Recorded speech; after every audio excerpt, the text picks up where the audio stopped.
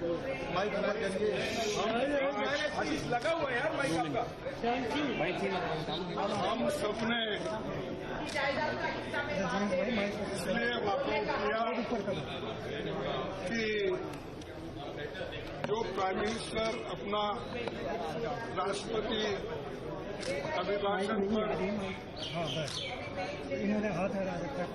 अभिभाषण पर जो भाषण दे रहे थे, उन्होंने कुछ गलत बातें सदन को बताई, गलत झूठ।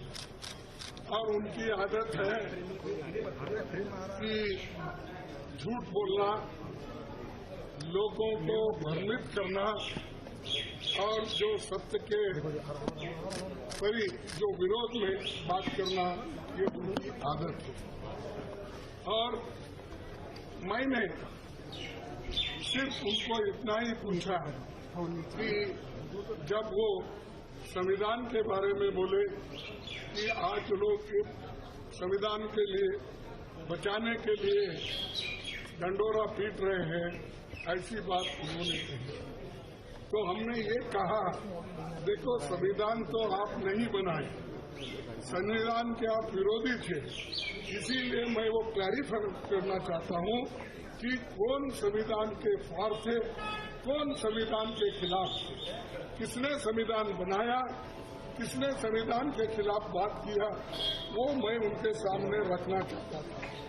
मैं ये रखना चाहता था कि उन्हीं के पेपर में आरएसएस के जो मुखपत्र है ऑर्गेनाइजर 30 नवंबर 1949 में अंत में संपादकीय में लिखा था कि ऑर्गेनाइजर तो ऑथेंटिक पेपर है इसका, ये उनका ऑफिशियल पेपर है। उसमें ये लिखा गया था, भारत के इस नए संविधान की सबसे बुरी बात यह है कि इसमें भारतीय कुछ भी नहीं है। प्राचीन भारत के अद्भुत संवैधानिक विकास के बारे में इसमें कोई जिक्र ही नहीं है। आज तक मनुस्मृति में दर्ज मनु के कानून दुनिया की प्रशंसा का कारण है। ये किसने कहा? कि ऑर्गेनाइजर ने, आरएसएस ने, जनसंघ के जो लोग थे उस वक्त उन्होंने कहा। और वे स्वयं स्फूर्ति आज्ञाकारी और अनुरूपता पैदा करते हैं। हमारे संवैधानिक विशेषज्ञों ने ये बात निरर्थक है। उन्होंने ये कहा कि यहाँ तक जो कॉन्स्टिट्यूंट असेंबली के मेंबर से किए हैं ये गलत है। उन्होंने उस वक्त खोज करके इस संविधान को उन्होंने नकार दिया था और आज उसकी रक्षा की खुद बात करते हैं और हमारे को बोलते हैं कि हम संविधान विरोधी है। अरे खुद विरोधी है, जन्मता ही विरोधी है, शुरू से विरोधी है। इसको जब उसका जन्म शुरू हुआ उस दिन से इन्होंने बहुत से पुतले जलाए, अम्बेडकर के, नेहरू जी के पुतले जलाकर रामलीला मैदान में उन्होंने ये सब काम किया। आज ये बोल रहे हैं कि हम संविधान के विरोधी हैं। संविधान बचाओ हम इसलिए बोल रहे हैं क्योंकि इसमें आरएसएस की मंशा क्या है, जनसंघ की मंशा क्या थी और बीजेपी की आज जो मंशा क्या है ये। और बार बार ये भी कहते हैं कि बार बार ये भी कहते हैं बाबा साहब अम्बेडकर को इन्होंने इज्जत नहीं दी, उन्होंने सब कुछ उनको हरा दिया। ऐसी गलत बातें यहाँ पर भी कही गई, वहाँ पर भी वो कही। कल हमारे नड्डा साहब ने वहाँ भी कहा, अब ये भी यहाँ कही है। फिर भी मैं आपको बताना चाहता हूँ, ड्राफ्टिंग कमेटी के चेयरमैन बाबा साहब अम्बेडकर ने अपने शब्दों में कहा है कि मुझे बहुत आश्चर्य हुआ था जब प्रारूप समिति ने मुझे अपना अध्यक्ष चुना। सुन रहे हैं आप? समिति में मुझसे बड़े, मुझसे बेहतर और मुझसे सक्षम लोग थे। ये कांग्रेस पार्टी के अनुशासन का ही कमाल है कि प्रारूप समिति संविधान सभा में संविधान को हर धारा और हर संशोधन के बारे में निश्चित जानकारी के साथ प्रस्तुत कर सकी। कौन करे? कांग्रेस वाले करें।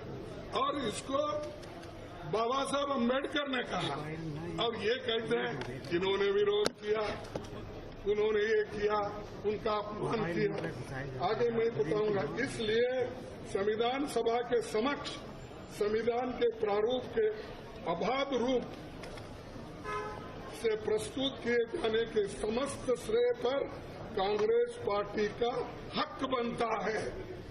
ये बात मैं कहने वाला था और मेरी बात सुन रहे नहीं। मैं मिनटों से हाथ उठा रहा हूं। हमारे सभी पार्टी, इंडिया गठबंधन पार्टी पूरी उठ के डिमांड कर रही थी, मांग रही थी। हम ध्यान खींच रहे थे चेयरमैन साहब, हमको वो मौका नहीं मिला। मैं फिर प्रधानमंत्री से खुद रिक्वेस्ट किया, एक बार, 2 बार, 3 बार, लेकिन उन्होंने भी उसको नकार दिया। मैं जो झूठ बातें उन्होंने बोली है ये पूरे मेरे पास है।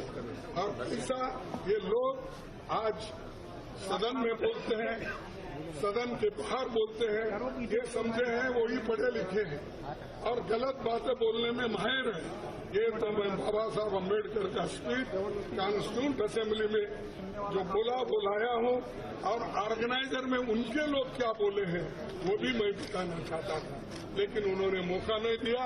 और इसलिए मैं कंडम करता हूं, हम सभी लोग कंडम करते हैं और कंडम करके हम वॉकआउट किए, क्योंकि हमारे बात को जब कोई महत्व ही नहीं है तो वहां बैठकर क्या सुने। और जब प्रधानमंत्री खुद यहाँ पर जब बात कर रहे थे राहुल जी, उस वक्त 2 बार उठ के उन्होंने क्लैरिफिकेशन की कोशिश की, क्लैरिफाई कर दी, 4 मिनिस्टर क्लैरिफाई कर दी। मैं जब बात कर रहा था तो मेरे सदन में मेरे को रोकने टोकने का इतना कोशिश की, इतने लोग बार बार उठे मिनिस्टर। तो आज मेरे को 1 मिनट नहीं मिल सकता था इस बात बोलने के लिए। इसीलिए हम वो सभी लोग कंडम करके वॉकआउट किए हैं। बस यही चीज है।